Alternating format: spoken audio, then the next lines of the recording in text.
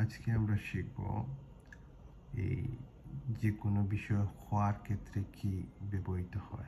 যেমন আমি হই, তুমি হও, যে কোনো বিষয় হওয়ার ক্ষেত্রে être ব্যবহৃত হয়। তাহলে এই être-টা কীভাবে ব্যবহৃত হয়? যেমন ধরেন আমি নিজেকে কোনো সময় এই প্রস্তাবনা করতে হলে যেমন ধরো je suis, আমি, tu es, তুমি, il est, say, on est, আমরা, nous sommes, আমরা, vous êtes, আপনি, ils sont, তারা। তারা হয় মানে যে কোনো হওয়ার ক্ষেত্রে এই être ভার্বটা ব্যবহৃত হবে। আচ্ছা, তারপর হচ্ছে গিয়ে avoir।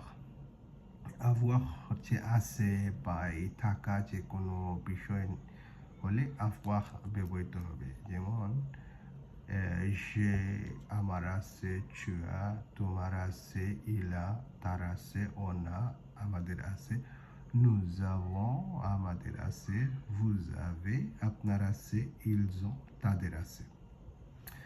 এই avoir বা ভাবটা যেমন ধরো আমার আছে, তোমার আছে, যে কোনো আছে বিষয় ক্ষেত্রে avoir ভাবটা ব্যবহৃত হবে।